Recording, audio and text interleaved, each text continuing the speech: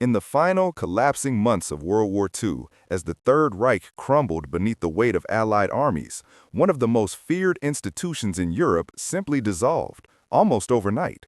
The Gestapo, once the iron backbone of Hitler's internal security and surveillance apparatus, had exercised almost unimaginable authority. For over a decade, it had terrorized political opponents, hunted resistance fighters, and orchestrated the machinery of repression that kept the Nazi regime intact. But by September 1945, that seemingly unstoppable force no longer existed as an organized body. Its leaders fled, its files were seized, and its legacy ignited one of the most complicated debates of post-war justice. When Berlin fell, chaos replaced the rigid hierarchy that had governed the Gestapo's every move.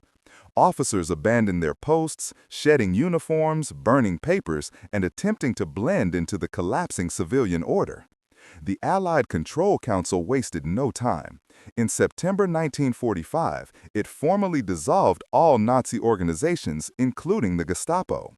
Massive quantities of files were collected from shattered headquarters across Berlin, Hamburg, Vienna, and Prague. Millions of pages that exposed the organization's role in surveillance, intimidation, torture, and mass deportations. What had once been the invisible arm of state terror was suddenly laid bare in cold detail. And right here, before we continue deeper into the story, I want to remind you that this video isn't free. The price is simple. Hit that like button, subscribe, and turn on notifications so you never miss our deep dives into untold WW2 history. Now, back to the story. As prosecutors prepared the Nuremberg trials, the Gestapo wasn't treated as a collection of individuals, but as an institution, one they intended to label criminal. That distinction was unprecedented. A police agency, not merely its officers, would be declared guilty of systemic crimes. Ernst Kaltenbrunner, the highest-ranking surviving official of the Reich Main Security Office, RSHA, became the symbolic face of the prosecution. His trial revealed the full machinery of terror: the interrogations, the disappearances, the deportations of Jews, resistance fighters, and political dissidents. Documents and eyewitness testimonies painted a picture of a bureaucracy built not for public order, but for psychological domination. In October 1946, Kaltenbrunner was sentenced to death. His execution cemented the Gestapo's historical reputation as one of the most criminal institutions of the 20th century. Yet it also raised an uncomfortable question. How far down the chain did responsibility extend? Were the clerks, drivers, and typists equally guilty, or only the officers who signed deportation orders and torture directives? Denazification tribunals across occupied Germany struggled. Allied authorities faced millions of cases, mountains of contradictory testimonies, and the practical need to rebuild a functioning society. Some Gestapo officers were punished severely. Others reintegrated quietly into civilian life.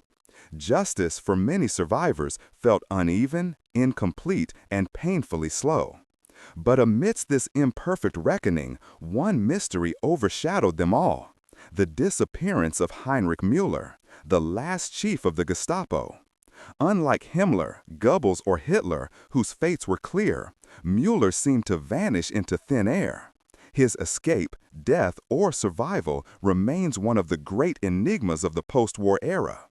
As the fires of Berlin died down and Allied investigators began the monumental task of untangling the remains of Nazi Germany, one name quickly rose to the top of every wanted list: Heinrich Müller, the feared and secretive head of the Gestapo. Cold, calculated, and fiercely loyal to the regime until the final minute, Müller had overseen some of the most brutal internal policies of the Third Reich. His disappearance was not merely an unresolved case. It was a glaring void in the narrative of accountability. Müller was last definitively seen inside Hitler's bunker during the final days of April 1945. Witnesses described him as composed, even defiant, insisting that he had no intention of being taken alive by the Russians. Unlike many top officials who attempted escape routes westward toward the Americans, Müller remained in the city even after Hitler's suicide on April 30. What motivated him was it loyalty, fatalism, or perhaps a hidden contingency plan? When the bunker was evacuated, key testimonies diverged. Some claimed Mueller left with Goebbels' entourage to fight in the ruins of the Capitol. Others insisted they saw him dead near the Chancellery. None of these accounts were ever confirmed. The hunt for Mueller began immediately. For Allied intelligence agencies, particularly the newly formed CIA and its Soviet counterparts, the case was more than symbolic. Mueller had intimate knowledge of Gestapo operations, resistance networks, interrogation protocols, and the machinery behind the final solution. Capturing him alive would have provided unparalleled insight into Nazi policing strategies and potentially exposed escape networks used by SS members fleeing Europe. Yet as investigators scoured hospitals, POW camps, mass graves, and refugee flows, not a single verified trace emerged. His family provided no useful information. Former Gestapo officers, when pressed, offered contradictory stories or feigned ignorance. Mueller had spent his career disappearing people. Now, in a final twist of irony, he had effectively disappeared himself. Rumors flourished in the vacuum. Some claimed he had been executed by the Soviets during the Battle of Berlin. Others believed he escaped disguised as a civilian and fled to South America along the same routes used by Nazi fugitives.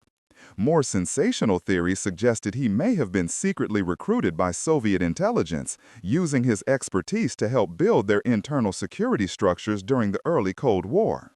The Americans entertained the same possibility, that Mueller had been absorbed into the Soviet system and was living under a new identity. The Cold War only intensified these theories. Both the CIA and the KGB quietly investigated leads for decades, yet neither side uncovered definitive proof. If either superpower had captured Mueller, it would have been a propaganda victory of immense strategic value. The silence on all sides only deepened the mystery. Then, in 2013, historian Johannes Tuchel published a controversial study claiming that documents indicated Mueller's body had actually been found. And in Berlin in May 1945 near the Luftwaffe Ministry. According to the report, his corpse was buried in a mass grave in a Jewish cemetery, a chilling and tragic twist, if true, given that Mueller had helped orchestrate the very system of persecution that targeted Jews throughout Europe. But the evidence remained circumstantial. Some historians rejected the claim, noting inconsistencies in forensic descriptions and burial records. Others argued that even if the documents were genuine, they could reflect misidentification, hardly uncommon in the chaotic aftermath of Berlin's fall. Today, more than 75 years later, Mueller's fate remains one of the most enduring mysteries of the Second World War. Whether he died in the ruins of Berlin or escaped into a shadowy life abroad, his absence from the post-war tribunals left a void that has never fully closed. While the fate of Heinrich Mueller dissolved into one of World War II's greatest mysteries, the destinies of thousands of other Gestapo officers were far less enigmatic and far more inconsistent. When the Third Reich collapsed, so did the terrifying machinery of the Gestapo. Its files, interrogation chambers, and command centers were seized by Allied forces, laying bare the scope of its brutality. Yet despite the enormity of its crimes, post-war justice was uneven, fragmented, and often shaped more by political circumstances than moral clarity. Immediately after Germany's surrender, Allied authorities launched a sweeping arrest campaign targeting Gestapo personnel across Europe. In theory, the process was straightforward. The Nuremberg tribunal had declared the Gestapo a criminal organization, meaning that any individual who had served within it was presumed complicit in crimes against humanity. But the reality on the ground was far more complicated. Germany lay in ruins. Millions of displaced civilians wandered across shattered landscapes. Documentation was incomplete, destroyed, or scattered. Many Gestapo officers had discarded their uniforms, adopted civilian clothing, and blended into the general population. Some walked back into their hometowns unnoticed. Others hid under false identities, relying on forged papers or sympathetic networks. Local tribunals, known as Spruchkammern in the American and British zones, were charged with processing tens of thousands of former Nazis, including Gestapo men. These courts quickly became overwhelmed. With limited investigators and mountains of cases, they often relied on written statements, character references, or the officer's own testimony. Many low-ranked members claimed they were just clerks, drivers, or paper processors. In countless instances, there was simply no evidence to contradict them. This overload led to wide disparities in sentencing. Some men faced harsh punishment, others slipped through gaps in the system. In Norway, for instance, Gestapo operations during the occupation had left deep scars. One of the key figures, Helmut Reinhardt, had personally overseen torture chambers and crackdowns against resistance groups. Yet after the war, he managed to vanish into the chaos of collapsing Germany. For nearly 20 years, he lived quietly under a false identity until East German authorities finally uncovered him in 1964. His trial shocked the public, but the verdict shocked them even more. Only 5 years in prison, despite overwhelming evidence of brutal crimes. He was quietly released in 1970 and lived freely until his death in 2002. Other cases unfolded with greater drama.